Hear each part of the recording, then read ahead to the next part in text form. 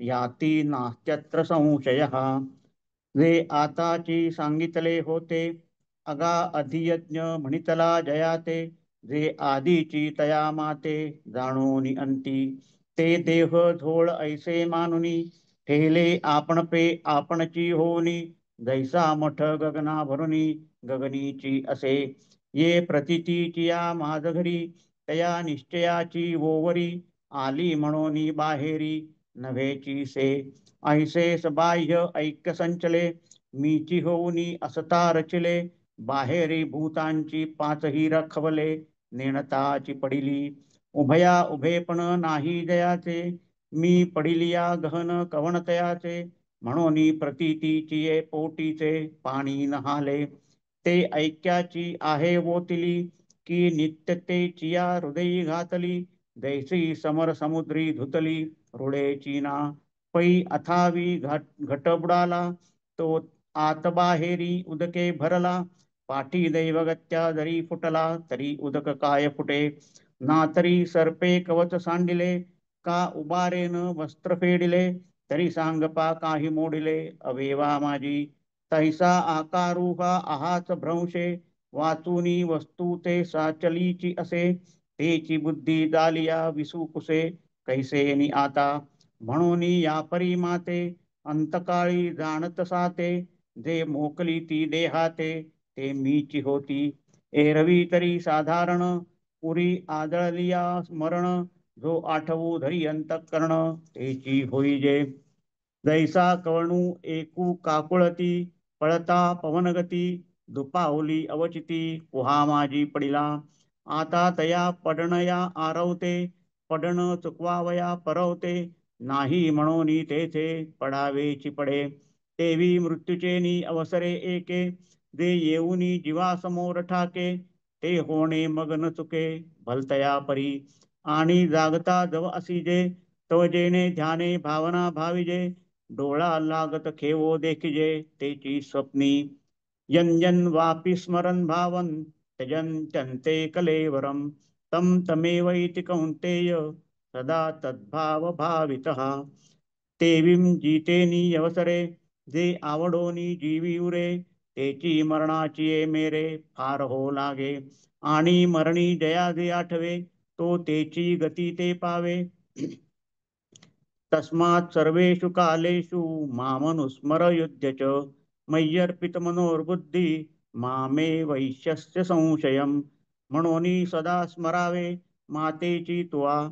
डोळा जे देखावे, का कानी हन ऐकावे. मनी जे भावावे, बोलावे वाचे.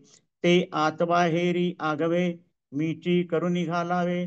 मग सर्वी काळी स्वभावे, मीची आहे. अगा ऐसिया जरी झालिया, मगन मरीजे देह गेलिया. मा संग्रामू केलिया, भय काय तुझ. तू मनबुद्धी साचेसी, जरी माझिया स्वरूपी अर्पिसी. तरी मातेची गा पावसी, हे माझी भाक. हेची काई सयावरी होये, ऐसा जरी संदेहो वर्तत आहे. तरी अभ्यासुनी आदी पाहे, मग नव्हे तरी कोपे.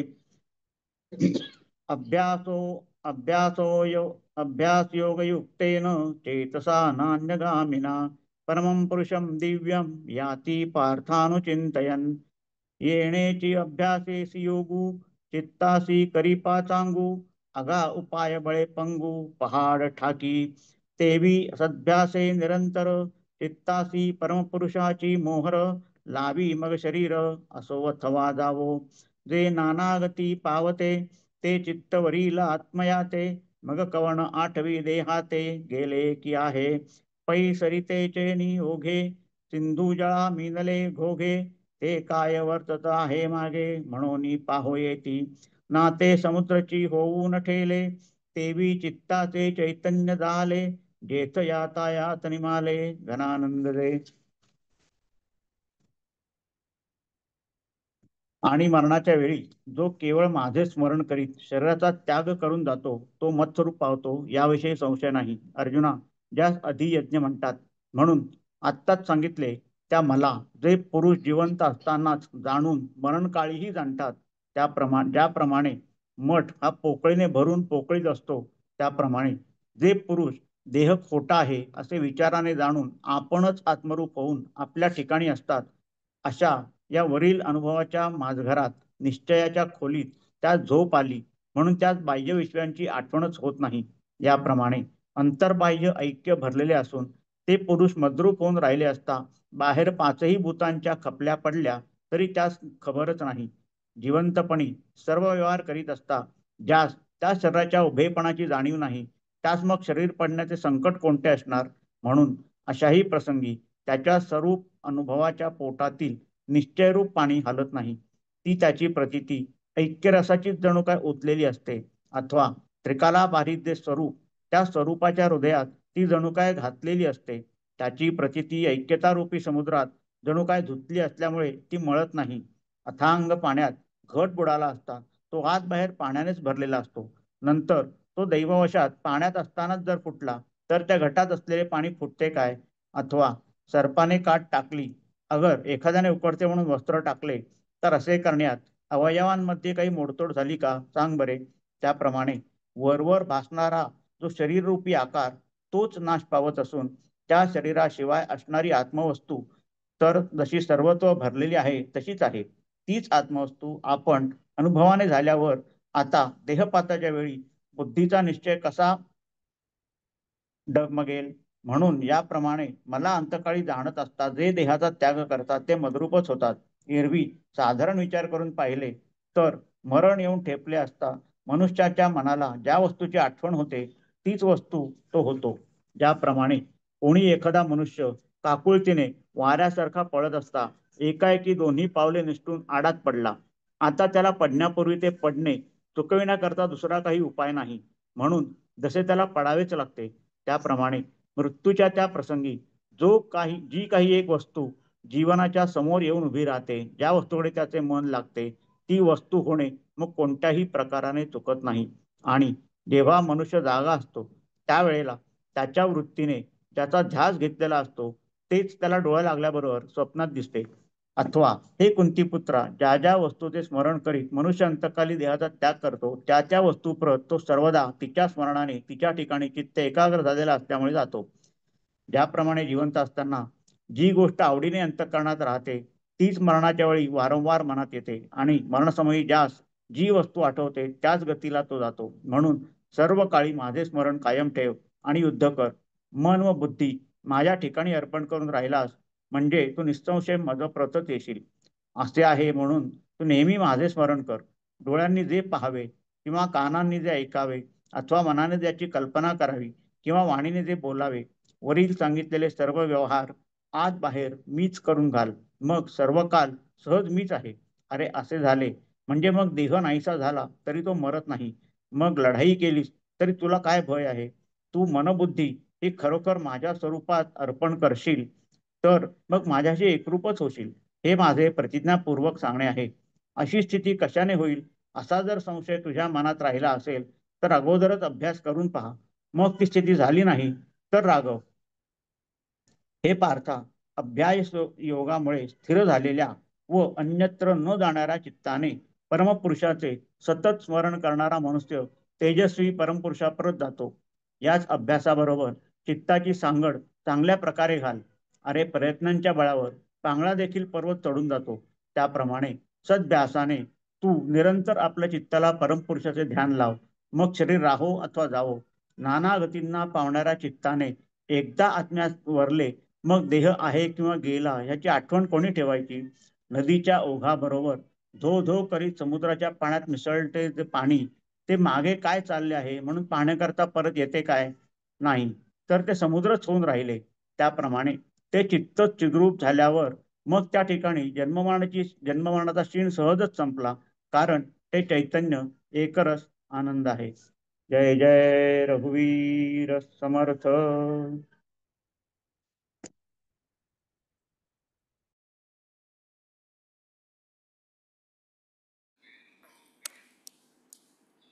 नमस्कार. आपण आता ओंकार साधना आणि प्राणायामचा अभ्यास करणार आहोत. सुरुवात प्राणाकर्षण क्रियेने करूयात.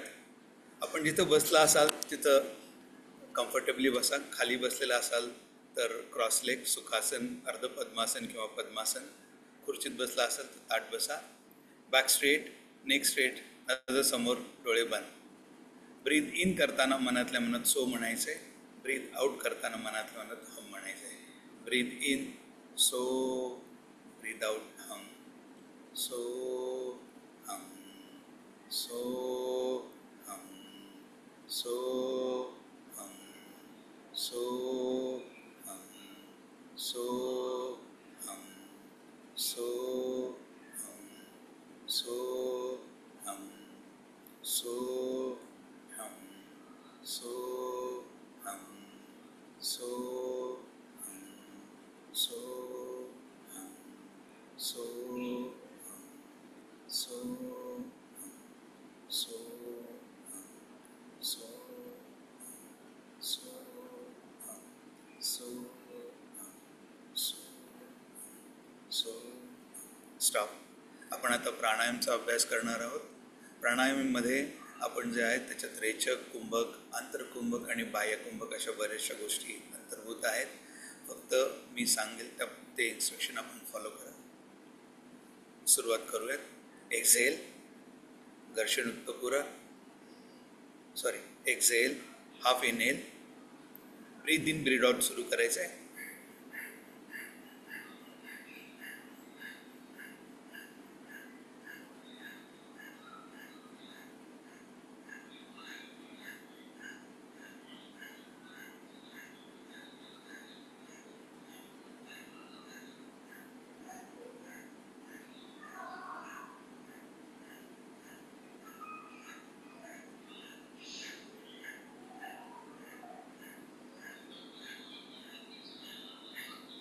Stop, exhale, बाह्यकुंभक, hold breath, hold 1, 2, 3, 4, 5, 6, 7, 8, 9 and 10. Breathe in, full breathe in, hold breath, hold 1, 2, 3, slow breathe out.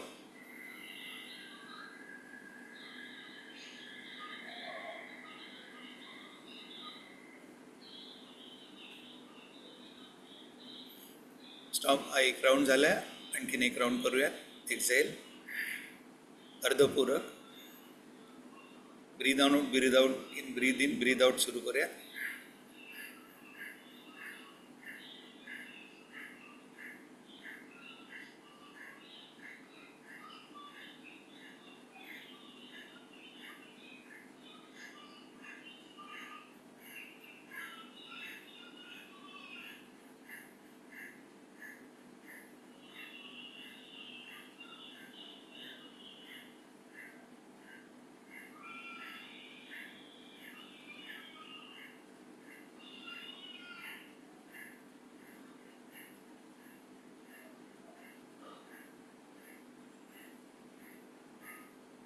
Stop. Exhale, hold, बाह्यकुंभकमध्ये hold 1, 2, 3, 4, 5, 6, 7, 8, 9, 10. Breathe in, full breathe in, hold, आंतरकुंभक, होल्ड 1, 2, 3, स्लो ब्रीद आउट.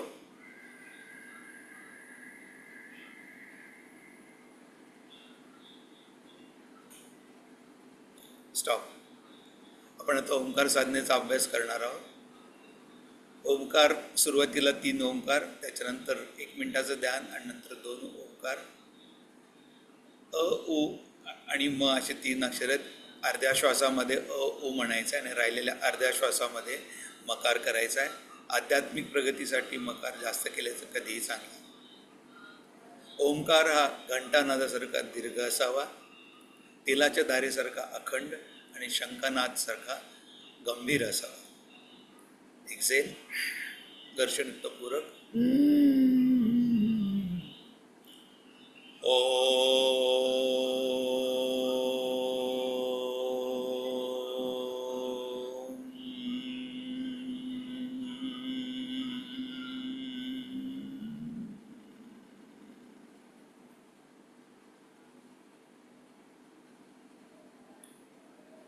पूरक.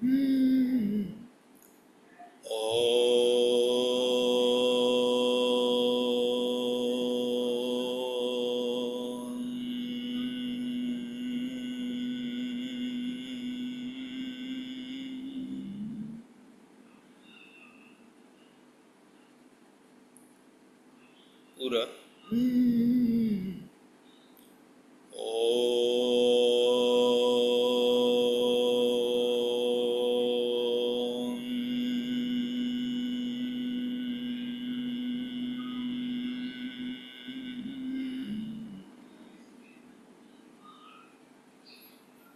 शांत शांत शांत. आपण जो तो ओंकारचा नाद केलाय, ओंकारचा जो ध्वनी केलेला आहे तो आठवण साठवण्याचा प्रयत्न करा. छातीच्या मध्यामध्ये अनाहत चक्र आहे, तिथं अंगुष्ठ मात्र ज्योती बघण्याचा प्रयत्न करा. Try to visualise some size bright flame in chest area where Anahata chakra is situated. तिथं जर दिसत नसेल तर दोन भुवयाच्या मध्ये भ्रूमध्यमध्ये आज्ञाचक्र आहे, तिथं अंगुष्ठ मात्र ज्योती बघण्याचा प्रयत्न करा. Try to visualise some size bright flame in between eyebrows where Ajnachakra is situated. बाहेरच्या वातावरणाला पूर्णपणे विसरून जा. जी ज्योती आपण बघण्याचा प्रयत्न करत आहोत ती आत्मस्वरूप आहे. आत्मस्वरूपाशिवाय एकरूप होण्याचा प्रयत्न करूया.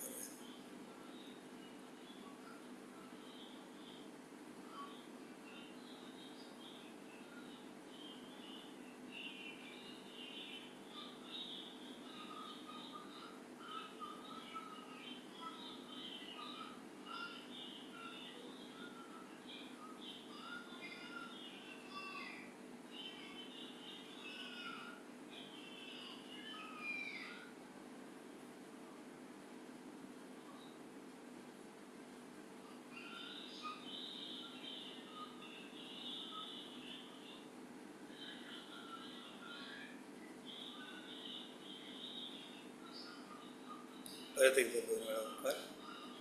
पूरक.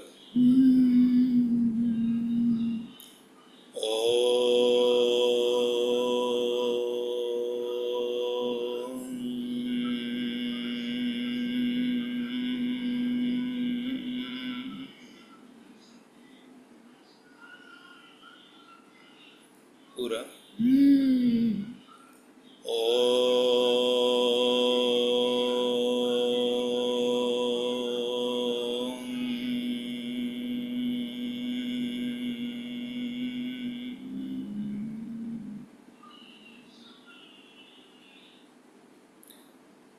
दुनिया त्याचं दर्शन, जी ऊर्जा आपण ओंकार साधना आणि प्राणायामाच्या माध्यमातून साठवली आहे त्या ऊर्जेचं संचलन पूर्ण शरीरभर करूया. चेहरा कप. हरिओम.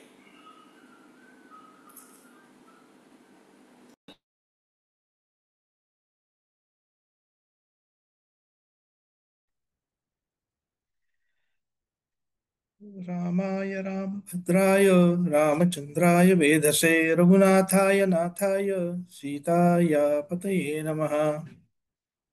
परमपूज्य डॉक्टर काकांना स्मरणपूर्वक वंदन करतो. डॉक्टर साहेबांना वंदन, आपल्या सर्वांना वंदन करतो. सर्वजण मनाच्या श्लोकातला 10वा श्लोक एकत्र म्हणूया आणि मग त्यावरती आपण काही विचार बघूया. सदा सर्वदा प्रीतिरामी धरावी, दुखाची स्वये सांडी जीवी करावी. दे दुःख ते सुख मानीत जावे, विवेके सदा सस्वरूपी भरावे. श्रीराम जय जय रघुवीर समर्थ. सदा सर्वदा प्रीती रामी धरावी, दुःखाची सोय सांडी जीवी धरावी. जे माझ्या जीवनात घडेल त्यात मला आनंद असला पाहिजे, कारण तीच देवाची इच्छा आहे हे मला मान्य असलं पाहिजे. आणि त्याला आनंद म्हणायचं आणि त्यालाच म्हणायचं सदा सर्वदा प्रीती रामी धरावी. अनेकदा आपण काही उपासना जेव्हा करतो तेव्हा आपण ती कशासाठी करतो? आपल्याला देव आवडतो म्हणून आपण करतो, की आपल्याला काही हवंय म्हणून आपण करतो? तर याच्यासाठी स्वामी वरदानंद भारतींचा एक दृष्टांत आहे. गुरुदेव दत्त नावाचा एक सिनेमा पुण्याच्या प्रभात फिल्म कंपनीने काढलेला. प्रभात फिल्म कंपनी खूप जुनी आणि सगळे संत चरित्र किंवा पौराणिक सिनेमे वगैरे असे त्यांनी प्रदर्शित केले, किंवा काही सामाजिक बांधिलकी म्हणून सामाजिक प्रश्नांवरची सिनेमे त्यांनी प्रोड्यूस केले होते. तेव्हा तो तो काळ होता. आणि त्यावेळी त्यांनी गुरुदेव दत्त नावाचा एक सिनेमा हा प्रदर्शित केला होता. अत्रि ऋषी आणि अनुसूया यांना गुरुदेव दत्त महाराज हे दर्शन देतात. शेवटचा सीन असा तो होता. आणि तिथे ते दत्ताची भूमिका करायला तीन मुख म्हणून तीन माणसं अशी होती. एक माझ्यापेक्षा जाडा असलेला माणूस असा मध्यभागी, माझ्यापेक्षा बारीक असलेले दोन माणसं अशी कडेने, असे ते तीन मुख तिथे दाखवले होते दत्ताच्या वेशामध्ये. अगदी जसं दत्ताचा फोटो जर का आपण डोळ्यासमोर आणला तर ते कसं असेल तसं ते सगळं चित्र त्यांनी तसं उभं केलं होतं. तीन चेहरे, तीन शिरे, सहा हात, तया माझा दंडवत, काखे झोळी, पुढे श्वान, नित्य जान्हवीचे स्नान, माथा शोभे जटाभार, अंगी विभूती सुंदर, तुका म्हणे दिगंबर, तया माझा नमस्कार, अशा अर्थाचा अभंग पद त्याचं तो तिथे होता. आणि त्याप्रमाणे दत्तगुरूंची ती प्रतिमा तिथं अशी माणसांच्या ह्याच्यात ती उभी केलेली होती. गाय होती मागे, पुढे वासरू. गाय उभी ही माय उभी, पुढे वासरू पाहे वळुनी, कृतज्ञतेचे श्वान बिचारे, अशा प्रकारचं तिथे ते कुत्र पण आणलेलं होतं. आणि ते कुत्रे असं दत्तगुरूंसमोर असं ठेवलेलं होतं आणि ते असं दत्तगुरूंकडे बघत होतं. सिनेमाच्या प्रथेप्रमाणे ते शूट करायच्या वेळेस ते काय lights, camera on, lights on वगैरे, त्या काय सूचना दिल्या जातात. टेक 1, सीन 3 वगैरे असं ते सगळं झालं. आणि त्याच्यानंतर तो एक क्लॅपिंग असं दिलं जातं, ते फट्ट त्याचा असा आवाज येतो. ते असं ते केलं, लाईट्स ऑन झाले. आणि त्या लाईट्स ऑन झाल्यानंतर त्या आवाजाने आणि त्या लाईट्स ऑनमुळे ते कुत्रं बावरलं आणि ते कुत्रं तिथनं पळून गेलं. त्याला अनेक वेळा धरून आणलं जायचं, तिथं उभं केलं जायचं. पण ते लाईट्स ऑन म्हटलं की त्या प्रकाशाच्या ते तिथून घाबरायचं आणि तिथून ते पळून जायचं. बरंच सगळे घामाघूम झाले, काय करावं काही कळेना. तर दत्ताच्या भूमिका करणारे ते मग ते तिघ जण ते सुद्धा सारखे आपले मग तोंड धुवून यायचे, घाम आलेला त्यांना, पुन्हा तिथे उभे राहायचे. बट त्यांनी काय ते फाउंडेशन वगैरे काय ते फेअर अँड लवली लावलेलं, त्यांनी किती वेळ माणूस तेजस्वी दिसणार? थोडा वेळ, 4-5, पुन्हा ते सगळं करावं लागायचं. शेवटी तो दिग्दर्शक इतका कंटाळला. आणि असं आहे की दिग्दर्शकाला कोणी सांगितलेलं आवडत नसतं दिग्दर्शकाला. तर एक तो कॅमेरामन होता, तो म्हणाला की साहेब मी एक उपाय करू का? त्यामुळे कर बाबा कर, पण ते कुत्रं तिथे उभं राहील असं काहीतरी कर. असं म्हणून त्यांनी त्या माणसानी काय केलं, तो थोडासा बाहेर गेला, एका कागदात काहीतरी त्यांनी गुंडाळून आणलं आणि त्या कुत्र्याला त्याचा असा वास दिला. आणि तो वास देऊन त्याला हळूहळू हळूहळू त्या दत्तांच्या इथे उभं केलं. आणि त्या जे कागदाचं पुडकं होतं ते दत्त महाराजांच्या झोळीत टाकलं. ते कुत्रं तिथेच उभं राहिलं, दत्त महाराजांकडे बघत, आता झोळीकडे बघत, पण कॅमेऱ्यात दिसायला दिसतंय की ते दत्ताकडे बघतंय म्हणून वगैरे असं. पुन्हा ते सगळं ते झालं, ते कॅमेरा ऑन, लाईट्स ऑन वगैरे असं ते सीन पूर्ण शूट झाला, सगळं व्यवस्थित पूर्ण झालं. ते दत्त महाराजांचं काम करणाऱ्या त्या माणसालाही कळलं नाही की असं माझ्यात अशी शक्ती नाही, अशी कुठली शक्ती या माझ्या झोळीमध्ये त्यांनी टाकली की ते कुत्रं तिथं उभं राहिलंय. आणि म्हणून मग ते नंतर बघितलं, त्या कुत्र्याला दिलं ते पुडकं, ते काय होतं, त्या झोळीमध्ये जे टाकलं होतं त्या कागदाच्या गुंडाळीमध्ये, ते होता एक पावाचा तुकडा होता. आणि त्या पावाच्या तुकड्यासाठी ते कुत्रं तिथं उभं होतं. झालं, शूटिंग झालं, सिनेमा झाला, पूर्ण झाला, सगळं झालं व्यवस्थित. मुद्दा असा आहे इथे की मी जी व्रत करतो, मी जी उपासना करतो, ती कशासाठी करतो? मला काही मिळावं त्या आशेने करतो की खरोखर मला भगवंत आवडतो म्हणून मी ती करतो? हा मुद्दा आहे इथे. तीर्थयात्रेला आपण जातो, तिथे आपण भक्तीची भूक भागवण्यासाठी जातो की खरोखर तो देव आपल्याला आवडतो म्हणून आपण तिथे जातो? हा विचार करण्यासारखा मुद्दा आहे इथे. आणि असं म्हटलं जातं की लोकांची उपस्थिती म्हणजे हा दंभाचा आरंभ असतो, असं म्हटलं जातं. म्हणजे तीर्थयात्रेला जाणारे किती जण प्रामाणिकपणे खरोखर तीर्थयात्रेला जातात, किती जण पर्यटनाला जातात, किती जण नवस फेडायला जातात, आणि किती जण पुढे नवस फेडायला येईल म्हणून काहीतरी सांगायला जातात, म्हणजे प्रपंचाच्या कुठल्या तरी अपेक्षेने जातात, असा मुद्दा आहे. माझी मरायची जर का वेळ आली तरी मला मला माझे समर्थ आवडले पाहिजे, मला माझे ज्ञानेश्वर आवडले पाहिजे, मला पांडुरंग आवडला पाहिजे, मला श्रीरामाची, मला श्रीकृष्णाची आठवण आली पाहिजे. असं होऊ शकतं का आपलं? आणि खरोखर ती जी वेळ असते ती खरी असते, ती सिद्ध करते की आपण कुठे आहोत या भक्ती मार्गात, या उपासनेमध्ये. हे त्यावरून आपल्याला कळतं. महाभारतामध्ये भीष्मांना भीष्मांवरती श्रीकृष्ण धावून गेले आणि भीष्म तिथे असे स्तब्ध उभे राहिले. श्रीकृष्ण जरी मारायला आले तरी असे दोन्ही हात पुढे करून ते उभे राहिले आणि म्हणतायत की मारावे मजला असेच असले चित्ती तुझ्या केशवा, मारावे मजला असेच असले चित्ती तुझ्या केशवा, तई मग कोण रक्षण करी विश्वासना केशवा. श्रीकृष्णा, तू जर का मला मारायचंच ठरवलं असेल तर मला कोणीही वाचवू शकत नाही, आणि तू जर का माझं रक्षण करायचं ठरवलं असेल तर मला कोणीही मारू शकत नाही. अशा प्रकारचा निर्धार तिथं त्या क्षणी असला पाहिजे अशी अपेक्षा आहे. तर ते आपली भक्ती, आपली उपासना ही सार्थ ठरते आणि सदा सर्वदा प्रीती रामी धरावी हे आपल्याला कळू शकतं. माणसाची खरी परीक्षा ही त्याच्या संकटात होते, आणि भगवंत जर का खरंच आवडत असेल तर सुख असो नाही तर दुःख असो, माझं प्रेम कमी होता कामा नये आणि मला देव आवडला पाहिजे, हा तिचा निश्चय ठाम असला पाहिजे. पण हे क्रमाक्रमाने होतं. पण 99% माणसं, 99.99% मंदिरात पाऊल टाकतात ते प्रपंचात काहीतरी हवं म्हणून टाकतात, काहीतरी व्याधी आहेत म्हणून जातात, नाही तर काही दुःख आहे म्हणून काही मागण्यासाठी जातात. अगदी क्वचित काही माणसं अशी असतात की जी सर्व सुख सोयी हात जोडून समोर उभी असताना सुद्धा परमेश्वराची कास सोडत नाही, परमेश्वराची भक्ती सोडत नाही. उदाहरणार्थ संत एकनाथ महाराज असतील, अलीकडच्या काळात, पूर्वी संत दामाजी पंत असे होऊन गेले, अलीकडच्या काळात गुरुदेव रानडे असतील, बाबा बेलसरे असतील, हे सगळं चांगलं असलं तरी ते देवाची उपासना करत असतात. आणि 99% ही संकट आली की जातात. हरकत नाही, माणसांकडे माणसांकडे तोंड वेंगाडण्यापेक्षा देवाकडे तोंड वेंगाडणं कधीही चांगलं, त्याच्याकडे मागणं कधीही चांगलं. त्याला कधीतरी दया येईल आणि आपलं काम होऊ शकतं. सदा सर्वदा प्रीती रामी धरावी, दुःखाची सोय सांडी जीवी करावी.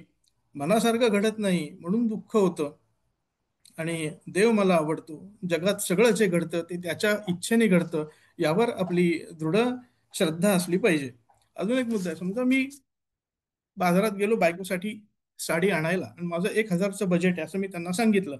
मग त्या 1,000मध्ये, बायको असो किंवा बहीण असो कोणी, एक एक बजेट सारखं, हं, 1,000मध्ये समजा मला ती साडी घ्यायची, मी त्या दुकानदाराला सांगितलं तसं, तर त्या 1,000च्या बजेटमध्ये जी जे काठ पदर काय रंग शेड आणि जे काय उपलब्ध असेल तेच मला घेतलं पाहिजे, त्याच्यामध्येच ते मी ते बसवलं पाहिजे. म्हणजे त्याला आपण, मग जे उपलब्ध असेल ते आपण घेतो, त्याला ऍडजस्टमेंट म्हणतो. मग आवडो न आवडो, कारण बजेट आपण 1,000चं ठरवलंय, तशी ऍडजस्टमेंट ही मला परमेश्वराच्या इच्छेमध्ये करता आली पाहिजे, की देवा, तुझी जर काही इच्छा असेल ना तर त्यापेक्षा माझी वेगळी इच्छा नाही, तू जे करतोयस ते माझ्या हिताचंच आहे. देशाचे पंतप्रधान आहेत, चांगलं आहे की नाही पंतप्रधान, पण उगाच मला पंतप्रधान व्हावं असं का वाटलं पाहिजे तिथे? तर नाही काय, 50 वर्षाचं वय आणि 15 वर्षाची बुद्धी, आणि त्यांनी जर का म्हटलं की मला पंतप्रधान व्हायचं का, देशाचं वाटोळ करायचं आहे का, तर नाही.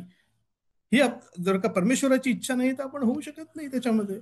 त्यामुळे परमेश्वराच्या इच्छेने जे काही घडतं त्यावरती आपल्याला आपली दृढ श्रद्धा ठेवली पाहिजे, आणि तो जे करेल ते आपल्या हिताचं असेल हे समजून घेतलं पाहिजे. कारण तो शक्तिमान जसा आहे तसा तो सर्वज्ञ सुद्धा आहे. त्याला कळतं कोणाची पद प्रतिष्ठा किती, कोणाची लायकी किती, त्याप्रमाणे त्याला मिळालं पाहिजे असा विचार तिथे असला पाहिजे. दासबोधामध्ये ओवी आहे की देवाचे जे मनोगत तेच आपले उचित, इच्छेसाठी भगवंत अंतरू नये. जे मला घडतं आहे, जे काही घडतं आहे ते देवाच्या इच्छेने घडत आहे आणि तेच मला प्रिय आहे, तेच माझ्यासाठी योग्य आहे हे समजून घेतलं पाहिजे. इच्छेसाठी आपली इच्छा पूर्ण झाली नाही म्हणून भगवंताची कास सोडू नये. याला म्हणतात की सदा सर्वदा प्रीती रामी धरावी, दुःखाची स्वय सांडी जीवी करावी. मग असं जर का आपण हे मान्य केलं तर मग आपल्या वाट्याला दुःख येत नाही. पुढच्या सत्रामध्ये आपण पुढच्या इतर 3ऱ्या चरणाचा आणि 4थ्या चरणाचा विचार करूया. मी इथे थांबतो. जय जय रघुवीर समर्थ.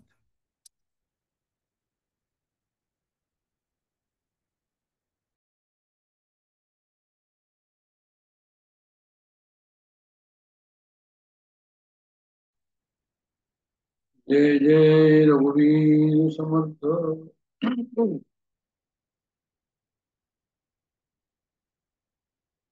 वसुदेव सुतं देवं कंसचाणूरमर्दनं देवकी परमानन्दं कृष्णं वन्दे जगद्गुरुं. गुरु ब्रह्मा गुरुर्विष्णू गुरुदेवो महेश्वरा गुरु साक्षात परब्रह्म तस्मै श्री गुरुवे जय जय रघुवीर समर्थ. आपल्या सर्वांना नम्र अभिवादन. भगवद्गीतेचा 8वा अध्याय ज्ञानेश्वरीची त्याच्यावरच भाष्य 5वा श्लोक. काही प्रश्न जे आहे ते अर्जुनाने विचारले त्याची उत्तर आपण पाहिली. ब्रह्म म्हणजे काय, अक्षरम परमम ब्रह्म हे कसं त्या ठिकाणी सांगितलं गेलं. त्याच्यानंतर त्यांनी विचारलं की अध्यात्म म्हणजे काय, त्या ब्रह्माचा स्वभावच अध्यात्म आहे. त्याच्यानंतर कर्म म्हणजे काय, म्हणजे हे जे जग निर्माण झालं हे भगवंताचंच कर्म आहे हे आपण पाहिलं. त्याच्यानंतर जे आहे ते आदिभूत म्हणजे पंचमहाभूताचं जेवढं हे दृश्य विश्व बनलेलं आहे, हा देह बनलेला आहे, हे सर्व काय म्हणे आदिभूत आहे. जे पंचमहाभूताचं बनलेलं आहे, अष्टधातूचं बनलेलं आहे. आदिदैव म्हणजे हिरण्यगर्भ, म्हणजे जे अव्यक्तातून जे व्यक्तामध्ये येतं, व्यक्तामध्ये हे जे विश्व आलं त्याच्या पूर्वीची जी आहे ती संकल्पना आहे ती हिरण्यगर्भात. म्हणजे मन बुद्धी चित्त अहंकार म्हणजे ते कसं आहे, त्यामुळे ते निराकार आहे पण सगुण आहे. म्हणजे कसं आहे ते त्यापासून सर्व विश्व निर्माण झालं. कशापासून विश्व निर्माण झालं, विश्व मनापासून हे विश्व निर्माण झालं. हिरण्यगर्भापासून हे विश्व निर्माण झालं. म्हणजे ब्रह्मतत्वापासून काय तर म्हणजे ओंकार स्वरूप जो निर्माण झाला, त्या ओंकार स्वरूपामध्ये प्रथम काय झालं तर म्हणजे प्रथम जे आहे ते अव्यक्त विश्व, त्याच्यानंतर व्यक्त विश्व जे आपल्याला दिसते. तर त्याला त्यांनी काय म्हटलं, आदिदैव म्हटलं. जितके देवता आहे, इंद्रियांची देवता आहे, ब्रह्मा विष्णू महेश हे सर्व आदिदेवतांना म्हटलं. आणि नंतर काय तर म्हणे आदिभूत, आदिदैव आणि आदियज्ञ. आदियज्ञ काय तर म्हणे जो परमेश्वर सर्वाभूती आहे त्या परमेश्वराला त्यांनी जे आहे ते आदियज्ञ म्हटलं. जो तुमच्या आमच्यामध्ये सर्व दूर आहे. अशा प्रकारे हे 6 प्रश्न अर्जुनाला त्यांनी त्याची उत्तरं दिली. खरं म्हणजे जेव्हा त्यांनी अध्यात्म म्हटलं तर अध्यात्माचा अर्थ जो आहे तो ब्रह्मापासून हे जे जग निर्माण झालं म्हणजे त्याचा स्वभाव असं त्यांनी म्हटलं त्या ठिकाणी. आणि आदियज्ञ म्हणजे काय झालं की जे शुद्ध चैतन्य आहे त्या शुद्ध चैतन्याला त्यांनी जे आहे ते आदियज्ञ म्हटलंय. मी का परत म्हटलं त्या ठिकाणी कन्फ्युजन नको. जीवात्मा म्हणून जो आहे त्याला त्यांनी अध्यात्म म्हटलेलं आहे आणि शरीरामध्ये जो परमात्मा आहे त्याला आदियज्ञ म्हटलेलं आहे.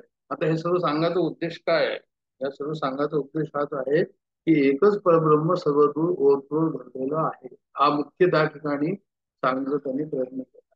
ज्ञान विज्ञानासह मी तुला हे सर्व सांगेन असं जे भगवान कृष्णाने अर्जुनांना म्हटलं, तर त्या ठिकाणी हा उद्देश हा आहे की हे सर्व तू समजून घे की जे काही तुला दिसतं आहे ते सर्व परब्रह्म परमेश्वरच आहे. फक्त जसं वेगवेगळे जे आहे ते नावं त्याला दिलेली आहेत. जसं एखाद्या अलमारीमध्ये आम्ही काही वेगवेगळे कप्पे ठेवले, वेगवेगळे त्या ठिकाणी आम्ही काही वस्तू ठेवतो, पण अलमारी एकच आहे. त्याचप्रमाणे परब्रह्म परमेश्वर सर्व एकच आहे, पण सर्व जीवांमध्ये तो स्थित आहे. जीवात्मा जो आहे त्याला त्यांनी जे आहे ते अध्यात्म म्हटलं आहे. पण त्याच ठिकाणी जे शुद्ध चैतन्य आहे, पुढस्त चैतन्य आहे, त्याला त्यांनी आदियज्ञ म्हटलेलं आहे. त्याच्यानंतर जितकं पंचमहाभूताचं दृश्य विश्व आहे ह्याला त्यांनी अधिभूत म्हटलेलं आहे. आणि जितके देवी देवता आहे, इंद्रियांची देवता आहे, त्याला त्या अधिदेवता म्हटलेलं आहे. आणि अक्षरम परमम ब्रह्म सुप्रीम काय सेल्फ तर म्हणे तो हे जे आहे ते ब्रह्म आहे.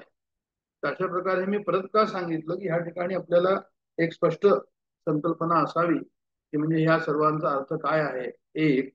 आणि नंबर 2 हे सर्व एकच आहे. परब्रह्म परमेश्वराचं हे व्यापक स्वरूप असं आम्ही समजून घ्यावं.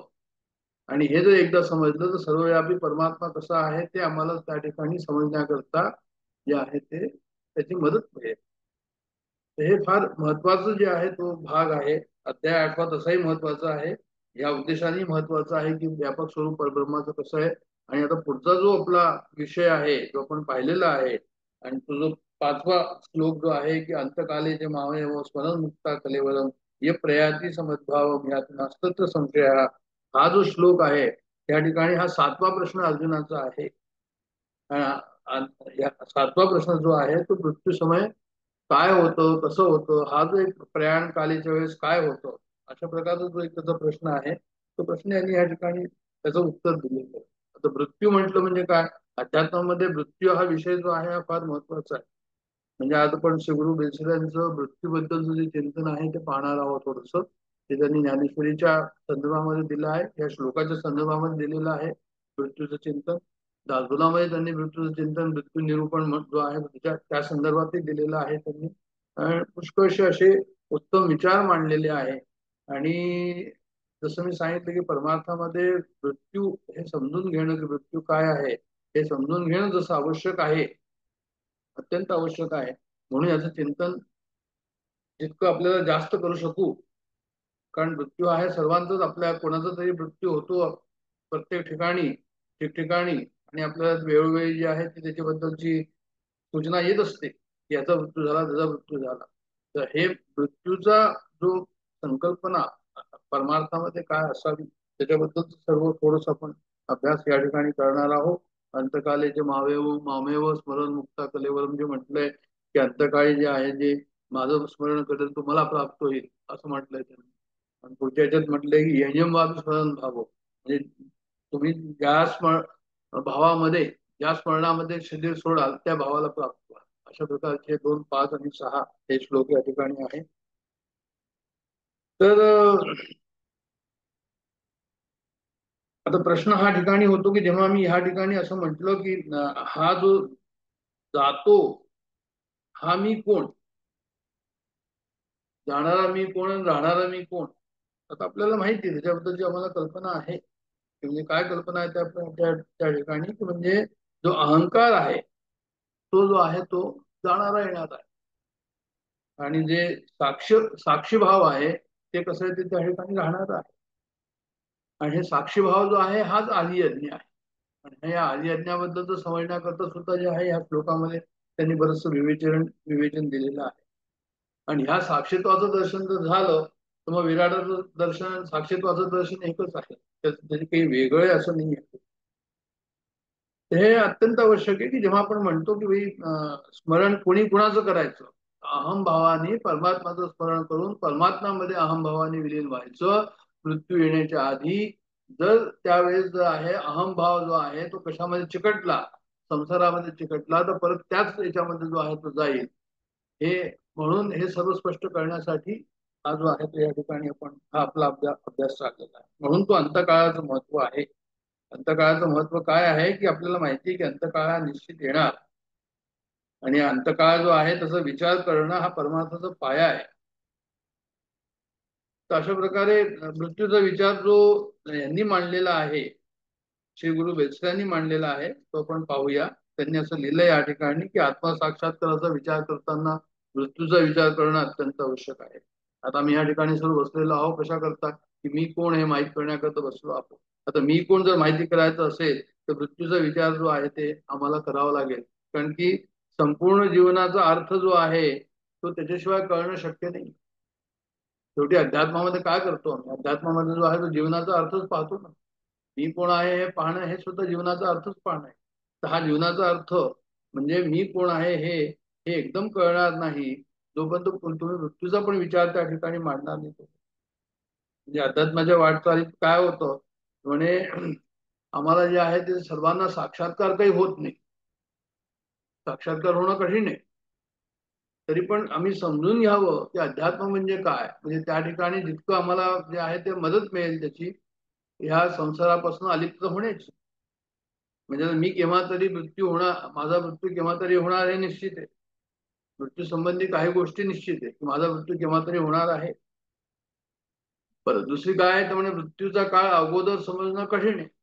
एखाद्याला समजत असेल, संताला कोणा साधूला, पण अदरवाईज इट इज डिफिकल्ट. हे दुसरं फॅक्ट आहे मृत्यूबद्दल. हे सर्व बेलसरांनी लिहिलेलं आहे मृत्यूच्या निरूपणामध्ये. मृत्यू माणसाची स्मृती हळूहळू जे आहे ती काय होते तर म्हणे ती लोप पाहू लागतं. म्हणजे आज जर आमच्या नातेवाईकाचा मृत्यू झाला तर हळूहळू मग त्याची जी स्मृती आहे, त्याची आठवण आहे, ती जी आहे मला हळूहळू कमी होत जाते. त्याच्यानंतर मृत्यू म्हणजे देहातील जिवंतपण लोपणं आणि नंतर तो आत्मा कुठे जातो, तो जीवात्मा कुठे जातो म्हणजे ते कुणालाच माहित नसतं. भगवान बुद्धांना एकदा विचारलं त्यांच्या शिष्यांनी की म्हणे याच्यानंतर तुम्ही पुढे जाणार, म्हणजे मी कुठेतरी दूर असेन, मला माहित नाही. अशा प्रकारे त्यांचा जबाब दिला, ब्रह्मांडात पुढे असेन असं. तर म्हणजे असं की जो आहे तो आपल्याला नंतर काय होणार, इट इज अ मिस्ट्री. मृत्यू नंतरची मिस्ट्री आहे असं म्हणायचं या ठिकाणी. बरं, तर मृत्यू होताना म्हणे त्यांनी केलेल्या कर्माचे जे चांगले वाईट परिणाम आहे ते काही काळ टिकतात आणि नंतर ते आहे ते लोप होऊन जातात. आता असे रेअर आहे, जर शंकराचार्य गेले पण शंकराचार्यांची कीर्ती अजूनपर्यंत आहे. ते कीर्तिमान जे साधू संत त्याच्याबद्दल नाही म्हणत, पण साधारण मनुष्याचं काय होतं की तो चांगलं काम करतो, काही वाईट काम करतो, त्याचे काही परिणाम असतात त्याच्या कुटुंबामध्ये, त्या समाजामध्ये, त्या राष्ट्रामध्ये, त्या विश्वामध्ये, आणि नंतर जे आहे ते हळूहळू ते सर्व संपून जातं. त्याच्यानंतर जे आहे ते त्यांनी असंही म्हटलंय मृत्यूबद्दल की 99.9% मृत्यूबद्दलचा कोणी विचार करत नाही, एवढं सर्व नक्की असून सुद्धा. हे विशेष म्हणजे हे विचित्र आहे, हे विक्षिप्त आहे आणि हे आश्चर्य आहे. म्हणजे जगातलं मोठं आश्चर्य आहे की मृत्यूचा विचार जे आहे ते कोणी करत नाही, जेव्हा की त्यांना माहिती आहे की एकच वस्तू जगामध्ये निश्चित आहे आणि ती म्हणजे मृत्यू. आणि एखादं जर कर्तृत्ववान असेल, सत्ता संपत्ती यश कीर्ती प्रतिष्ठा ज्याकडे असेल आणि तो कर्तृत्ववान असेल, त्यामुळे मृत्यू हा त्याला जबर उतारा आहे. तर सर्व शेती जी आहे ती एका क्षणामध्ये जे आहे मृत्यू झाला सर्व चालली जाते, काहीच तिथे राहत नाही. म्हणून जो आहे तो मृत्यूबद्दलचं चिंतन अत्यंत आवश्यक आहे. मृत्यूबद्दलचं चिंतन करून माणूस खऱ्या अर्थाने माणूस बनतो असंही त्यांनी लिहिलेलं आहे त्याच्यामध्ये. म्हणजे इतकं महत्वाचं हे चिंतन आहे असं मला सांगायचं या ठिकाणी. अध्यात्माचा विचार काय आहे की मृत्यूनी सर्व काही वाया जातो किंवा सर्व काही संपतं असं नाही. हे अध्यात्म मला परत परत सांगतो की अरे तुझा मृत्यू होतच नाही. तू ज्याचा मृत्यू समजतो तो खरा त्याचा मृत्यू नाही, तो खरा तो नाही, म्हणून तुझा मृत्यू तो होत नाही. ज्याचा मृत्यू होतो तो जो आहे तो खरा नाही. मग असं जर असेल तर मग मृत्यूने सर्व काही संपतं, जातं, वाया जातं असं काहीच नाही. हे लक्षात ठेवायला पाहिजे आम्हाला की त्या ठिकाणी काय त्यांचं म्हणणं आहे. त्यांचं म्हणणं हे आहे की खरा मी जो आहे त्याला मृत्यू होत नाही आणि तोच मी आहे. तत्वमसी अहम ब्रह्मास्मी, मी तो आहे, तो मी आहे. अशा प्रकारचा विचार त्या ठिकाणी पुष्ट करायला हवा मृत्यूच्या संदर्भामध्ये, असं त्यांना म्हणायचं. म्हणजे इतकं महत्वाचं आहे ते की उपनिषदामध्ये, कठोपनिषदामध्ये नचित आख्यान जे आहे ते याच्याच करता मृत्यू संबंधीचा विचार त्या ठिकाणी आहे. तो म्हणतो मला रहस्य सांगा मृत्यूचं. यम त्याला बरेचसे जे आहे ते लुभावणी देतो की हे देईन ते देईन ते देईन, तुला तू हे नको विचारतो म्हणे, नाही मला तू मृत्यूचं रहस्य सांगा, हाच त्याचा हक्क असतो त्या ठिकाणी. कठोपनिषदामध्ये त्याचं सुंदर वर्णन आहे आणि कठोपनिषद तुम्हाला सर्वांना माहिती की फार प्रसिद्ध आहे. विवेकानंदांचं आवडतं होतं हे आपल्याला माहिती. कठोपनिषद इतकं महत्वाचं आहे, पण मृत्यूचा विचार त्या ठिकाणी बराच महत्वाचा असा दिलेला आहे. छांदोग्योपनिषदामध्ये सुद्धा याचा मृत्यूचा विचार आहे. शांडिल्य विद्या म्हणून एक विचार तिथे आहे. त्याच्यानंतर ज्या प्रश्नोपनिषदामध्ये पण एक विचार आहे, मृत्यूचा विचार केला आहे. पुराणांमध्ये जे आहे गरुड पुराण, याच्यामध्ये जो आहे तो मृत्यूचा विचार केलेला आहे. बरेचसे लोक जे आहेत ते गरुड पुराण मृत्यू समयी जे आहे ते मृत्यू जर झालेला असेल तर त्यावेळेस त्याचं चिंतन करतात. एवढंच नव्हे तर भगवद्गीतेमध्ये 8व्या अध्यायाचं सुद्धा चिंतन करतात मृत्यू संबंधी जे आहे ते. कारण भगवद्गीतेमध्ये सर्वात जास्त खोल जो विचार कोणाचा केला असेल, मृत्यूचा विचार केला असेल, तो कुठे केला असेल तर म्हणजे तो 8व्या अध्यायातच केलेला आहे. एवढंच नव्हे, मृत्यूचं महत्व समर्थांना इतकं मोठं वाटलं की त्यांनी मृत्यू निरूपण म्हणून एक वेगळा समासच लावून दिलेला आहे आणि पुष्कळशा ओव्या त्याच्यावर लिहिलेल्या आहे. तर हे सर्व काय सांगतं आपल्याला की मृत्यूचा विचार करणं अत्यंत आवश्यक आहे. मृत्यू एक निश्चित गोष्ट आहे. मृत्यू कोणाचा होतो, कशामुळे होतो, काय जातं, काय राहतं, हा सर्व विचार या ठिकाणी जो आहे तो विश्वामध्ये आम्ही जेव्हा मृत्यूबद्दल म्हणतो तर आम्हाला असं मृत्यू म्हणून वेगळं नाही म्हणता येत. आम्हाला जन्म आणि मृत्यू हे दोन्ही जे आहे ते एकसाथ असा विचार करावा लागतो. हे दोन महत्वाचे संधिकाळ जीवाला येतात. हे दोन महत्वाचे संधिकाळ आहे ते कशा प्रकारचे आहे? म्हणजे जन्माच्या वेळी जी संधी असते ती जीवाच्या शक्तीच्या पलीकडे असते. त्या ठिकाणी त्याला काही स्वतंत्रता नसते. तो त्या ठिकाणी जन्म घेतो, गर्भामध्ये वाढतो आणि जन्म घेतो. ते सर्व काही जे काही होतं ते त्याच्या शक्तीच्या पलीकडे होतं. पण मृत्यूची वेळ जी आहे ती कशी आहे, ही संधी काळ मृत्यूचा, हे डिफरन्स दाखवण्याकरता हा विचार या ठिकाणी मांडला आहे. की म्हणजे तो कसा आहे, तर म्हणजे तो स्वाधीनपणे साधून आम्ही आध्यात्मिक प्रगती करू शकतो. म्हणजे मृत्यू म्हणजे काय, कुणाला होतो, कसा होतो, उत्तम मृत्यू म्हणजे काय, उत्तम मृत्यू कसा होऊ शकेल, तर म्हणजे तो स्वाधीनपणे त्याला जे आहे ते हे सर्व आम्ही समजू शकतो. आध्यात्मिक प्रगतीच्या पायरीवर पुढे पाऊल आम्ही ठेवू शकतो जेव्हा मृत्यूला समजू. तेव्हा उत्तम मरण म्हणजे काय, म्हणजे अशा प्रकारचं उत्तम मरण म्हणजे कसं, की मी कोण आहे हे समजून देह सोडणं, त्याला ते उत्तम मरण म्हणतात. म्हणजे देही असता विधेय स्थितीनं जीवात जिताच मी मेलो, गुरुरायाचा हस्त धरून मी परभुवना गेलो, आणि देही असता विधेय स्थितीनं जिताच मी मेलो, असं संत वर्णन करतात. म्हणजे झाला प्रेतरूप शरीराचा भाव, झाला प्रेतरूप शरीराचा भाव, लक्ष्यला ठाव स्मशानीचा, असं तुकाराम महाराज म्हणतात. म्हणजे हे कसे आहेत म्हणे, हे संत जे आहे ते हे जगताना जे आहे ते मरून गेलेले होते. म्हणजे देहबुद्धी त्यांची गेलेली होती. देहबुद्धी ते आत्मबुद्धी करावी, विवेकी त्या वस्तूची भेटी द्यावी. त्यांनी विवेक करून देहबुद्धीपासून आत्मबुद्धीपर्यंत ते पोचले. आणि एक प्रकारे त्यांना जे आहे ते देहाचं मरणच त्यांना लाभलं, जिवंतपणी लाभलं, म्हणजे ते जीवनमुक्त झाले.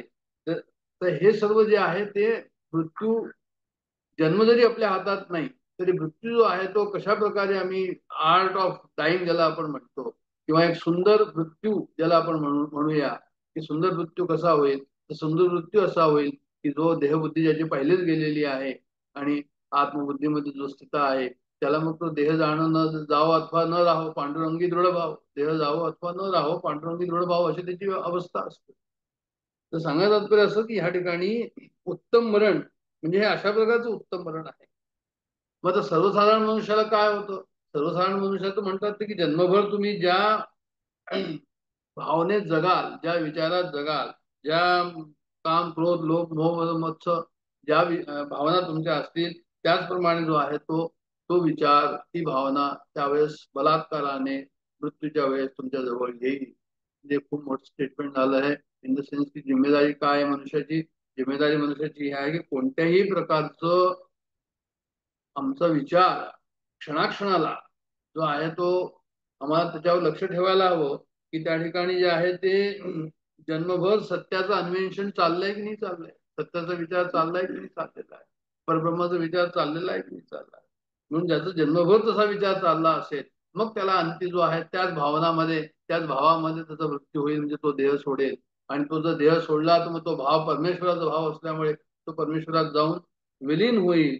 म्हणून लिहिलंय की अंतकालेच मामेव स्मरण मुक्ता कलेवरम ये प्रयाती समद्भाव. ये प्रयाती समद्भावाचा अर्थच हा आहे की जो प्रयाण करतो माझ्या भावामध्ये, प्रयाती म्हणजे प्रयाण, जो माझ्या भावामध्ये प्रयाण करतो तो काय करतो, तो मला प्राप्त होऊन जातो. आणि ते म्हणतात याती नास्तत्र संशय, हा याच्यामध्ये काही संशय नाही.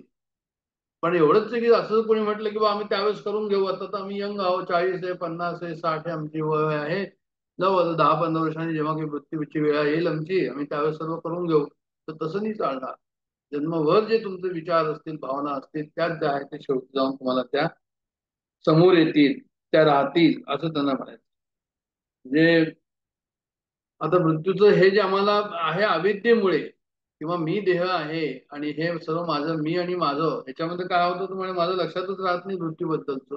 मी ह्याच्यामध्येच गुरफटलेला असतो, ह्याच्यामध्येच माझा सर्व वेळ जातो आणि मला लक्षात राहत नाही की अरे माझा मृत्यू होणार आहे म्हणून मी लवकर लवकर काही करायला हवं, आपल्याकडे वेळ नाहीये, कोणता श्वास परत येणार नाही आपल्याला माहित नाही, केव्हा वेळ येईल ते माहित नाही. तर पण तसं होत नाही, ते तो केव्हा येईल ते माहित नसतं. म्हणून परमार्थ साधनामध्ये काय करायचं की या जाणीवेला खूप महत्व आहे. कोणत्या जाणीवेला महत्व आहे की कोणत्याही क्षणी जो आहे तो परमेश्वर येऊ आपला मृत्यू येऊ शकतो देहाचा.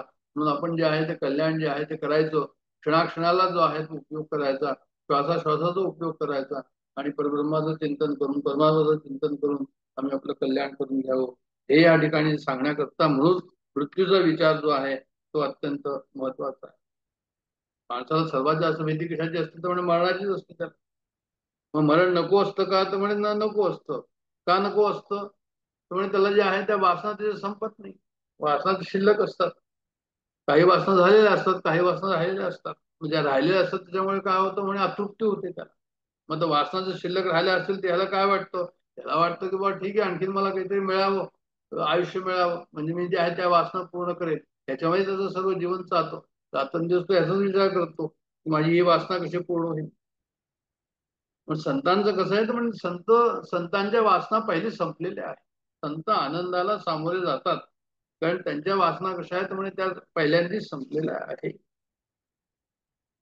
तर म्हणून मृत्यूचं काय सांगतात की माणूस कसा मेला त्यावरून तो कसा जगला असा एक अंदाज येऊ शकतो.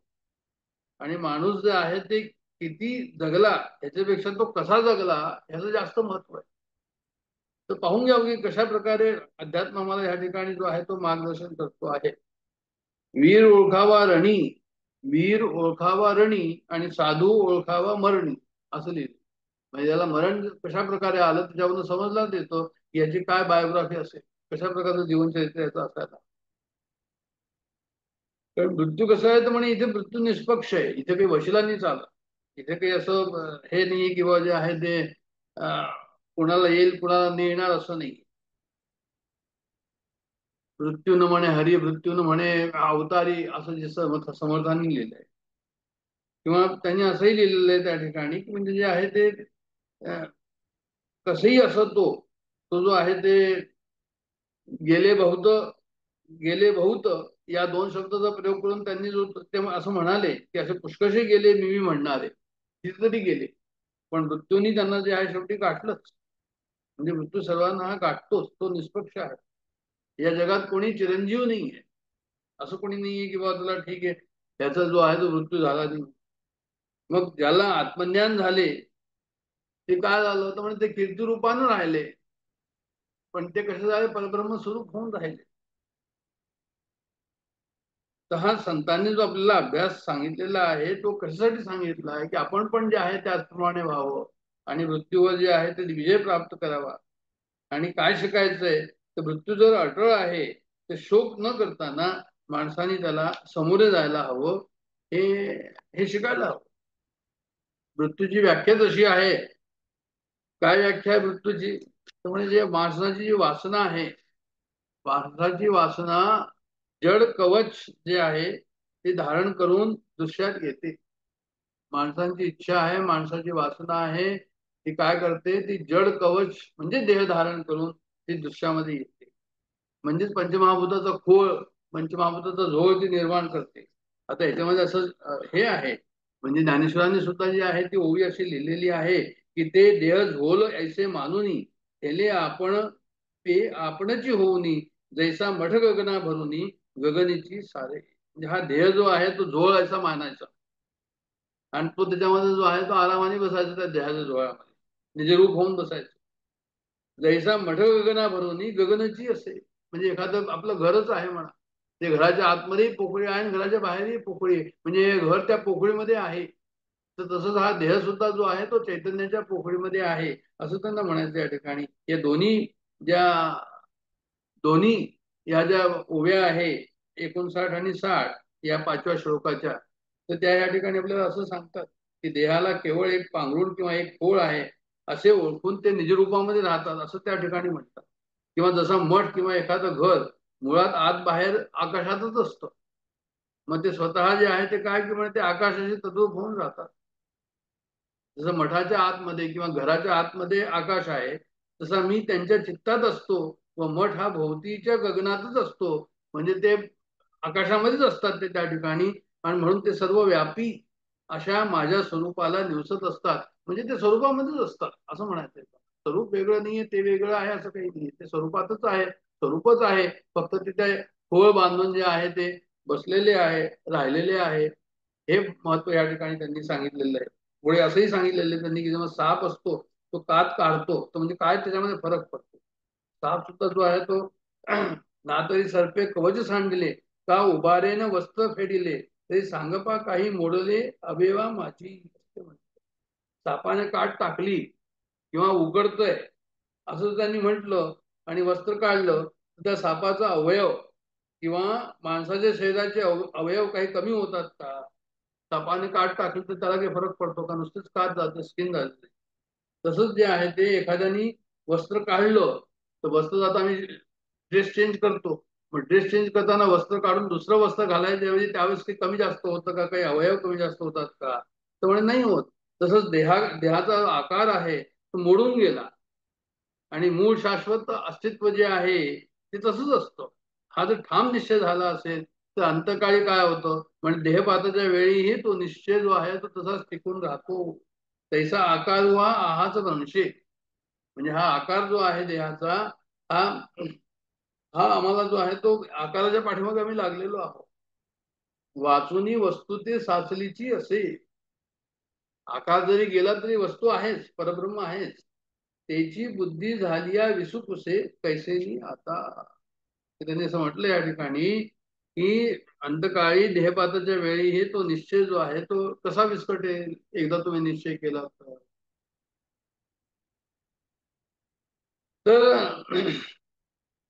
अशाच प्रकारे मरणाच्या वेळीही तुम्ही मला मिसळून असतात आणि ते देह सोडताच मत्स्वरूप होतात. नाही तर सामान्य लोकांचं असं होतं की अचानक मरण आलं की त्या क्षणी अंतःकरणात ज्या गोष्टीचं स्मरण असेल तेच रूप त्या माणसाला मरणोत्तर मिळते. एरवी तरी साधारण उरी आदळली मरण जो आठवू धरी अंतःकरण त्याची होईल.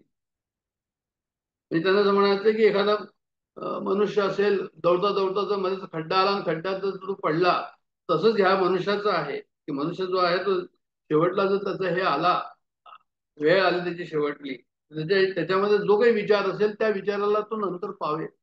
म्हणून काय करायला हवं तर पहिल्यापासून जे आहे ते अंतकाळी जाणत असा ते जे मोकली ते देहाचे ते मीची होती.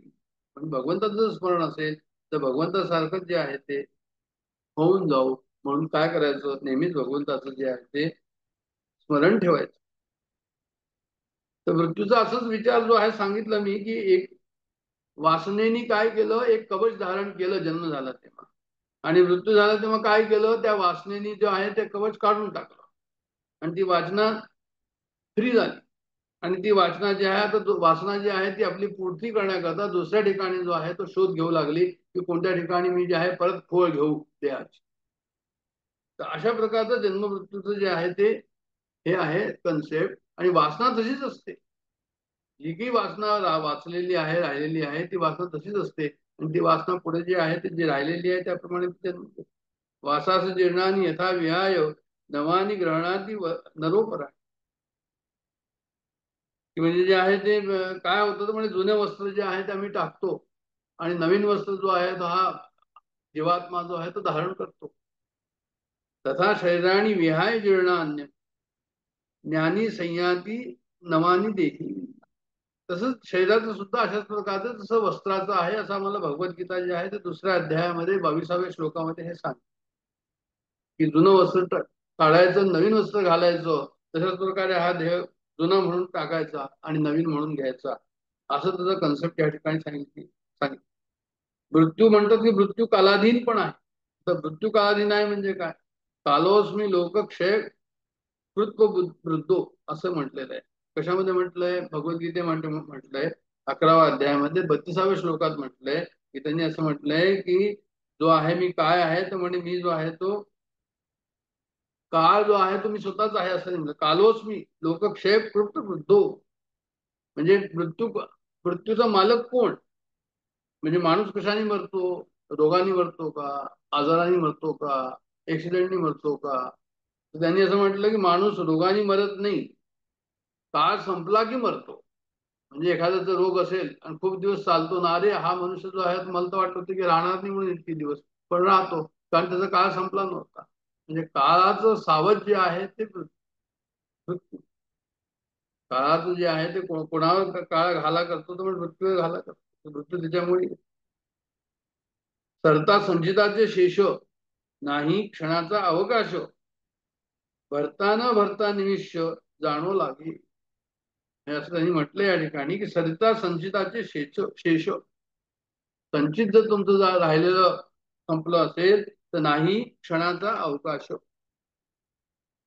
भरताना भरता निमिष, जसा वेळ आली पूर्ण वेळ भरली की जाणो लागे तो मनुष्य जो आहे तो जाऊ लागतो. हे मृत्यूचं जे आहे ते फॅक्ट असं त्याला म्हणायचं. माशी जी काळाची छाप मृत्यूवर आहे आणि त्यामधून सुटायचा मार्ग काय आहे? मग त्यामधून सुटायचा मार्ग काय की तुम्ही भगवंताला जे आहे ते घट्ट धरून बसा. भगवंताला जर घट्ट धरून बसलं तर मग काय होईल? त्यामुळे मग केव्हाही आलं तरी आम्हाला त्याचं अडचण होणार. म्हणजे जन्म मृत्यूचा मधला काळ, जन्म आणि मृत्यूच्या मधला काळ ठरलेला काळ आहे. वेळ ठरलेली आहे, जागा ठरलेली आहे. आता जागा ठरलेली आहे म्हणजे आपल्याला ती गोष्ट माहिती आहे. कोणा एका दोघं अरबी लोक होते म्हणे, कोण होते त्यांच्याकडे घोडे वगैरे होते आणि ते कुठेतरी जाऊन संध्याकाळी आपल्या एका गावामध्ये उभे होते आणि त्यावेळेस त्यांनी असं पाहिलं की अरे, एकाने पाहिलं की अशी आकृती त्याला दिसली. त्याने म्हणे हा इथे कसं काय आला? म्हणे हा तर मला यमराज दिसतो म्हणून. आणि तो असं रागवलेला असा आश्चर्यकारक पाहत होता आणि याला खूप भीती वाटली. हा यांनी सांगितलं की म्हणे आता मी काय करू? म्हणे हा इथे असं असं वाटतो मला, मित्राला म्हणे.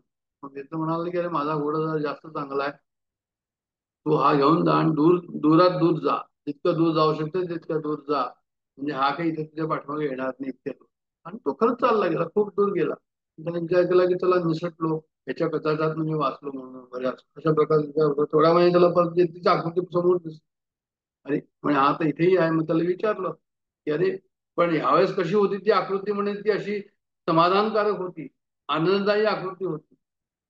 मग त्यांनी विचारलं तू कोण म्हणून? त्यांनी सांगितलं मी तर यमराज आहे.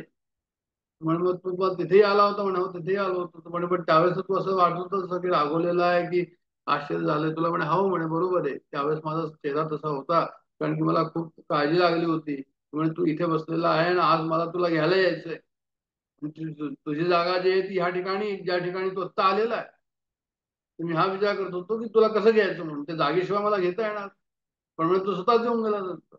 तर सांगायचं तर असं की तशी वेळ ठरलेली आहे, तशी जागा ठरलेली आहे. त्यावेळेस त्याच्याजवळ कोण असेल तेही ठरलेलं आहे. जर मुलगा असेल, त्यांनी मांडीवर घेतलं असेल तर तशाही प्रकारचं होईल की वेळ आहे, जागा आहे, आपल्याजवळ कोण आहे, असं सर्व ठरलेलं आहे. मग मृत्यूच्या वेळी आपल्या समोर सबंध जीवनपट जो आहे अशा वेळेस येतो. पूर्ण रिझ्यूम जो आहे तो आपल्या डोळ्यासमोर येतो की अरे मी काय काय केलं. आणि तो एक भाग आहे की आपल्याला म्हणजे हे शिकायचं आहे की आम्ही जर नेहमीच भगवंताचं चिंतन केलं, कळायचा प्रयत्न केला तर मग हे असं होणार. म्हणून म्हणतात की लाईफ इज ए मिस्ट्री. म्हणजे आपण मृत्यूनंतर पुढे जाणार, काय होणार हे सगळं अज्ञातच आहे. कोहम कष्टम कुठं आहे, आता मी कोण आहे, कुठून आलो, कुठं जाणार आहे वगैरे हे जे आहे हे कसे आम्हाला माहिती नाही त्याबद्दल. तर सुद्धा पुढचं जो आहे तो कसं आहे तर म्हणे केव्हा ते आपल्याला हे होईल, म्हणजे पुढचा जन्म कुठे येईल, कशा प्रकारे येईल, मुलगा म्हणून होईल की मुलगी म्हणून होईल हे आम्हाला काहीच माहित नाही. सर्वच मिस्ट्री आहे. म्हणून हे जग कसं आहे तर म्हणे हे जग गूढ आहे. म्हणून काय करावं तर म्हणे म्हणून जो आहे तुम्ही आत्मविचार करावा असं त्यांना त्या ठिकाणी म्हणजे आत्मविचार करणं जे आहे ते महत्व, अंतकाळाचं महत्व काय आहे की आत्मविचार त्या ठिकाणी आला पाहिजे असं. नंतर जे आहे ते आपण याच्यावर ह्या श्लोकाच्या काही ओव्या आणखीन पाहू की जैसा कवणू एकू काकुळती पळता पवन गती दुपावेली अवचिती पोहा माझी पडगेला. म्हणजे जसं मी आता म्हटलं की एखादा मनुष्य जो आहे तो वाराच्या वेगाने पळत सुटला आणि दोन्ही पाय घसरून एखाद्या खड्ड्यात पडला, त्याला वाचवण्याकरता काय कोणताही आधार सापडला तो तो नक्की तो आत पडतोच. तसंच मरण समयी जीवासमोर जे ठाकते, मनासमोर जे येते, मनचक्षुसमोर जे दिसतं तोच तो होतो. आता या पडण्या आरवते, पडणे चुकवावया परवते, नाही म्हणून तेथे पडावेची पडे. म्हणजे जिथे पडायला नको तिथे तो पडतो, कारण त्यावेळेस इतक्या स्पीड मध्ये असतो की तुला वाचवता येत नाही त्या खड्ड्याला. तेही मृत्यूचेही असेल तसंच विचारच आहे की तुम्हाला तो विचार जर तुमच्या आतमध्ये असेल तर तुम्हाला मृत्यूच्या वेळेस जो आहे तो विचार अवॉइड नाही करता येणार, कारण की तो तसाच येईल. कारण इतक्या दिवसापासून मी त्याला रुजू करून ठेवलाय मनामध्ये. मग तोच विचार जो आहे त्यावेळेस आम्हाला मनात येईल आणि तो मला खड्ड्यात पडण्यासारखा तो होईल, तो विचार बरोबर नसेल. तेवी मृत्यूचेनी अवसरे ऐके जे येऊनी जीवासमोर ठाके. मग अशा मृत्यूच्या वेळेस जे आहे ते आमच्या समोर जर काही आलं ते होणे मगन चुके भलते या परी. मग जे आहे ते काही झालं तरी ते चुकत नाही असं त्यांना म्हणायचं या ठिकाणी. म्हणजे जागृतीत असताना मनुष्याच्या मनात ज्या ज्या भावनांनी जे जे ध्यान चाललेलं आहे ते डोळे भेटल्यावर किंवा झोप लागल्यावर स्वप्नामध्ये जसं दिसतं तसंच जे आहे ते शेवटी सुद्धा जे आहे ते जेव्हा डोळे मिटायची वेळ येईल फायनली तेव्हा सुद्धा तेच विचार समोर येतील. म्हणून त्यांनी लिहिलं या ठिकाणी की तेवी मृत्यूचे अवसरे ऐके जे येऊनी जीवासमोर ठाके ते होणे मग न चुके भलते. आणि जागता जेव्हा असीजे तव जेणे ध्याने भावना भावीजे आणि डोळा लागत खेवो देखीजे त्याची स्वप्न. म्हणजे त्यांना असं म्हणायचंय की ते मग मनचक्षु समोर जर ते आला विचार तर मग काही चुकणार नाही. आणि चुकणार नाही तर मग काय, जागृतीत असताना मनुष्याच्या मनात ज्या ज्या भावनांनी जे जे ध्यान चाललेलं आहे तेच डोळे मिटल्यावर झोप लागल्यावर स्वप्नात दिसते असं त्यांना माहिती आहे. सर्व येऊन जाऊन काय होईल तर येऊन जाऊन हेच ते शेवटी की आमचं चिंतन कशा प्रकारचं चाललेलं आहे, सदोदित कसं चाललेलं आहे याच्यावर सर्व अवलंबून आहे. नामस्मरण ज्याला आपण म्हणतो, चिंतन ज्याला आपण म्हणतो, ते जे आहे ते आमचं कसं हवं तर म्हणजे ते आता 24 घंटे सारखंच झालं. 24 घंटे तुम्ही करत राहा, जितकं होईल तितकं करा. 24 घंट्याचं नाही 24 घंटे म्हटलं तर जसं काही बनेल जितकं काही बनेल. म्हणून पुढचा जो श्लोक आहे त्याचं सुद्धा त्यांनी लिहिलंय की तेवी जितेनी अवसरे जे आवडोनी जीवी उरे त्याची वर्णाची या मेरे फार हो लागले. म्हणजे जिवंतपणे जे आवडतं व अंतःकरणात अपूर्णपणे उरतं तेच मरणाच्या वेळी वारंवार आठवतं. म्हणजे एकीकडे आवडतंय आणि एकीकडे ते पूर्ण मिळालेलं नाहीये, मग तेच वारंवार आठवत आहे. आणि मरणाच्या क्षणी जे ज्याला आठवतं त्याच गतीला तो जातो. म्हणून तू काय करतो, माझंच नित्य स्मरण कर असं त्यांनी म्हटलंय. म्हणजे यम यम वापी स्मरण भाव त्याचे तंते कलेवर त्या देहाचं त्याग करताना तुमचा जो स्मरण भाव जो भाव आहे त्या ठिकाणी तम तमे वेती कोणते सदा तद्भाव व्हावी, तो भाव जो आहे तो माझ्यामध्येच ठेव म्हणजे गडबड होणार नाही असं त्यांना म्हणायचं आहे. त्याचप्रमाणे जिवंतपणी जे आवडते व अंतःकरणात अपूर्णपणे उरते तेच मरणाच्या वेळी वारंवार आठवते आणि मरणाच्या क्षणी जे त्याला आठवतो त्याच गतीला तो जातो. म्हणून तू माझे नित्य स्मरण कर असं लिहिलंय.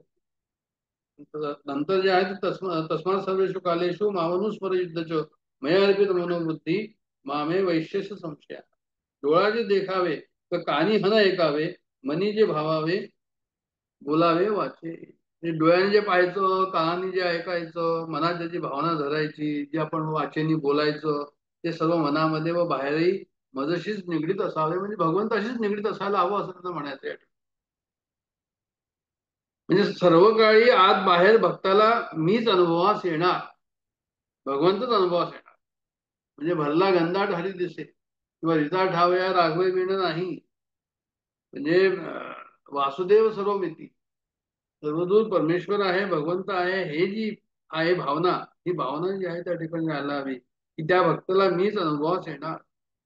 आणि असा जो पूर्ण झाला तो देहाच्या मरणाने काही मदत नाही. म्हणजे एकदा जर तुम्हाला परब्रह्माचं दर्शन झालं, परमात्माचा अनुभव आला की मग जे आहे ते मनाचं कसं मग तुम्ही त्याच्याबद्दल काळजीच नाही करणार, मग तुम्ही आपल्या आनंदामध्येच असाल त्या ठिकाणी. म्हणून त्यांनी म्हणले या ठिकाणी की जो असा जो पूर्ण झाला तो देहाच्या मरणाने काही मदत नाही. मग तो देह जरी गेला तरी त्याला फरक पडत नाही. म्हणून ते म्हणतात की युद्ध जरी केलंस तू अर्जुना तरी त्यात तुला जे आहे ते कसलं भय आलं आहे असं सांगतात. आणि हे सांगण्याकरता म्हणून हे बॅकग्राऊंड सर्व त्यांनी या ठिकाणी सांगितलं टाकलं. तू मन व बुद्धी एक करून जर माझ्या स्वरूपातच अर्पण केलीस तर तू मलाच येऊन मिळशील असे मी तुला वचन देतो. किती उत्कट भावना आहे, किती उत्कट इच्छा आहे, किती तो विचार जबरदस्त आहे. जेवढा विचार जबरदस्त असेल तेवढंच जे आहे त्या ठिकाणी तुमचं कल्याण होईल. हे असे कशावरून खरे असा जर मनात संशय असेल तर माझे एवढेच सांगणे आहे की याचा प्रत्यक्ष अभ्यास करून पाहावा. तर तू मनबुद्धी साध्यशी जरी माझ्या स्वरूपी अर्पिसी तरी मातेची का पाविसी हे माझी भाको. की एवढंच माझं सांगणं आहे की त्याचा प्रत्यक्ष अभ्यास करून पहा. आणि जर तसं झालं नाही तर काय, तर म्हणे जे आहे ते माझ्यावर रागव मग, असं ते म्हणतात. सर्व काळ सर्व इंद्रिय वृत्ती माझ्याकडे लावून पहा, माझाच प्रत्यय तुला सर्वत्र होईल. आणि तसं नाही झालं तर तुम्हाला सांग, असं म्हणतो. तसं झालं नाही तर माझ्यावर रागव, असं म्हटलेलं आहे त्यांच्या ठिकाणी. तू मनबुद्धी साधेसी जरी माझ्या स्वरूपी अर्पिसी, तरी मातेची गा पावेसी हे माझी भाको. ह्याची काही सया वरी होय, ऐसा जरी संदेश संदेह वर्तता आहे, तरी अभ्यासूनी आधी पाहे मग नव्हे तरी खूप. मग तसं जर झालं नाही तर माझ्यावर, म्हणजे काय त्यांचं म्हणणं असं, हे कशावरून खरे, तर म्हणे मनात संशय असेल तर माझं एवढंच सांगणं आहे की याचा प्रत्यक्ष अभ्यास करून पहा, अनुभव घे. आणि मग जर तसं झालं नाही तर तू माझ्यावर रागव. कारण सर्व काळ सर्व इंद्रिय वृत्ती माझ्याकडे लावून पाहू शकत नाही. आणि माझाच प्रत्यय तुला सर्वत्र येईल, म्हणजे भगवंत सर्वत्र दिसू लागेल व देहाच्या आतला अंताला महत्व होणार नाही, असं श्रीकृष्णाचं म्हणणं त्या ठिकाणी आहे.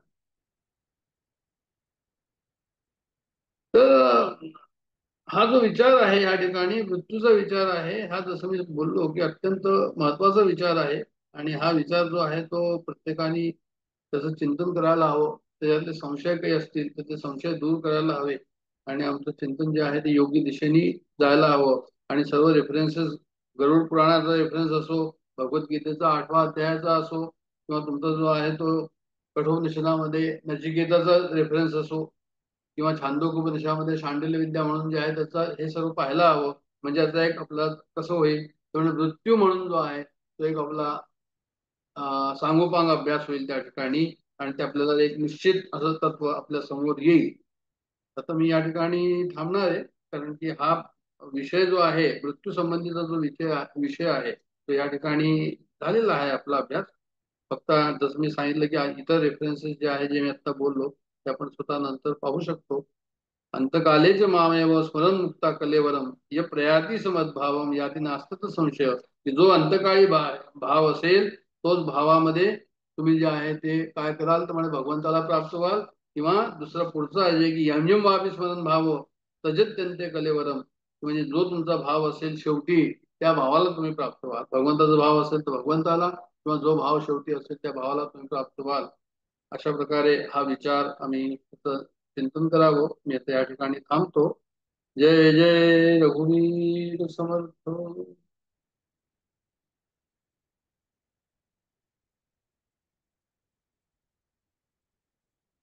नमस्कार. आपण आता आत्मषटक म्हणूया. मनोबुद्धी अहंकार चित्तानि नाहं, न च श्रोत्रजिह्वे न च घ्राणनेत्रे, न च व्योमभूमिर्न तेजो न वायुः, चिदानन्दरूप शिवोऽहं शिवोऽहम्। न च प्राणसंज्ञो न वा पञ्चवायु, न वा सप्तधातुर्न वा पञ्चकोशः, न वाक्पाणिपादौ न चोपस्थपायु, चिदानन्दरूप शिवोऽहं शिवोऽहम्। न मे द्वेषरागो न मे लोभमोहो, मदो नैव मे नैव मात्सर्यभावः।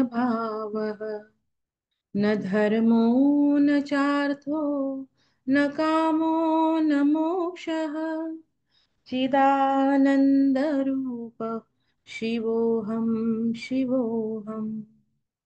न पुण्यं न पापं न सौख्यं न दुःखं, न मन्त्रो न तीर्थं न वेदा न यज्ञः।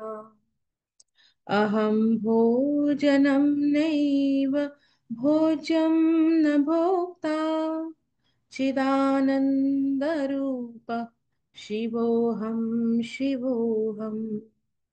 न मे मृत्यु मृत्युशङ्का न मे जातिभेदः पिता नैव मे नैव माता न जन्म न बन्धुर्न मित्रं गुरुर्नैव शिष्यः चिदानन्दरूपः शिवोऽहं शिवोऽहम् अहं निर्विकल्पो निराकाररूपो विभुर्व्याप्त सर्वत्र सर्वेन्द्रियाणाम् सदा मे समत्वं न मुक्तिर्न बन्धः चिदानन्दरूप शिवोऽहं शिवोऽहम् चिदानन्दरूप शिवोऽहं शिवोऽहम् चिदानन्दरूप शिवोऽहं शिवोऽहम्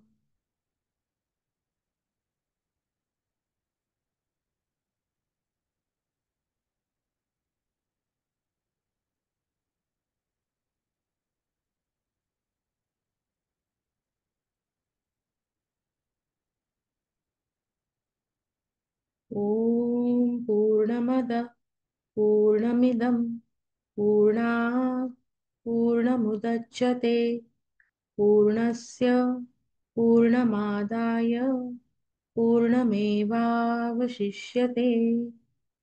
ॐ शान्ति शान्ति शान्तिः हरि ओम